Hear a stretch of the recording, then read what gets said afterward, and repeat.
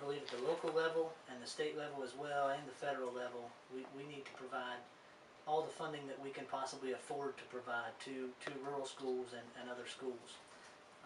I'm a firm advocate of technical education. I believe that the hands-on jobs that we can train these children for today, that they can get jobs that are in our community here, is extremely important. I believe that that there are several needs in our community and in our rural schools that need supported.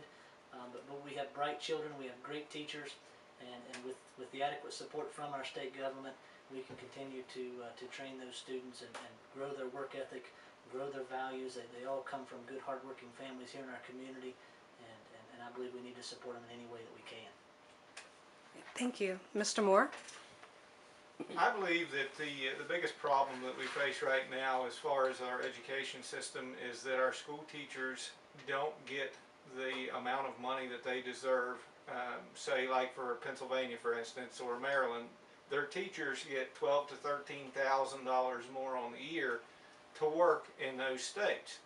So if we can give them a raise to where they would be competitive with Pennsylvania and Maryland, then our education system would see that the teachers that feel that they're not appreciated would feel more appreciated.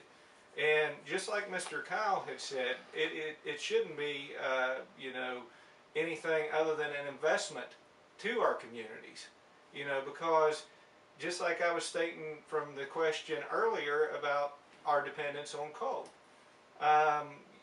if we educate our students and we give them the right path, we get back to hands-on training with technical schools and things of that nature, then when the time comes that we have a crisis like this again, those individuals will have an opportunity to have learned another trade.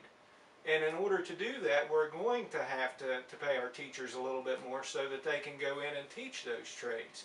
So I would definitely be in favor and willing to work on legislation to make sure that our teachers do get the top dollar that they deserve to teach our students. Thank you. Thank you. Mr. Hartman? Thank you. I agree that that we probably don't fund education to the level that is required, but I don't think that there's any pay raises in the near future for anybody. I don't care what you're doing in the state, and there's particularly in rural areas in Randolph-Pocos County.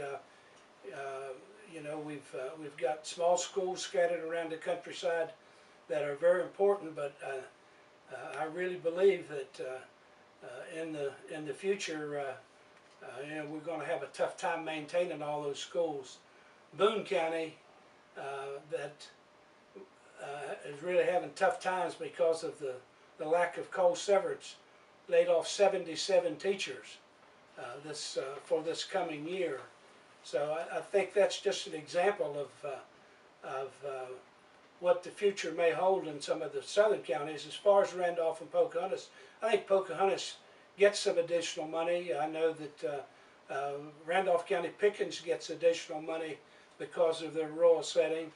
I think one issue that we can take care of to at least ensure our teachers that we do support them is the proper funding of PIA, and because it is really good coverage for them. But I don't see any pay raises for anybody on the future, and I think we just absolutely have to be realistic about that. We've got serious budget crisis, and I think that we need to get the feds out of education.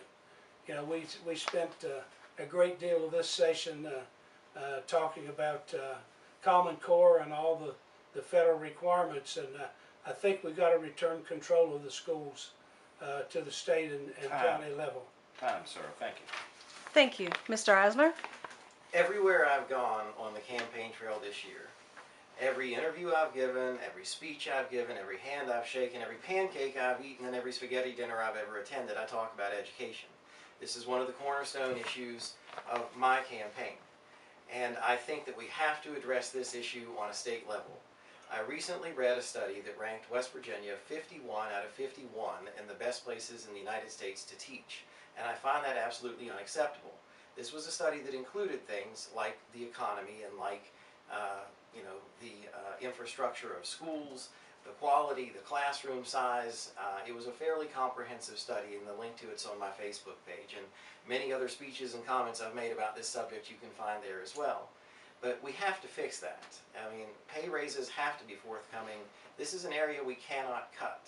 As we try to climb our way out of a budget crisis, this is an area that cannot be cut, and this is an area that we have to commit over the long haul to make more, to spend more money on, to make ourselves economically competitive, not only with our neighboring states, but with all states across the country. We have a great generation of teachers that are preparing to retire. We cannot keep the next generation of teachers in this state if we do not become economically competitive with states around the country. And we cannot provide the best future for West Virginia if we cannot provide the best and brightest future for our children. It starts there. It starts with our children. If we cannot take care of them, then we have no future as a state. So we have to focus on this issue heavily. And as far as the rural issue of your question goes, one of the issues in Randolph County is the potential closing of the Harmon School. We have to make Charleston and legislators from around the state understand that it's not fair to close a rural school and then put kids on a school bus for an hour each way every morning, because that seems economically expedient when it's totally unfair to the children. Time, sir. Thank you.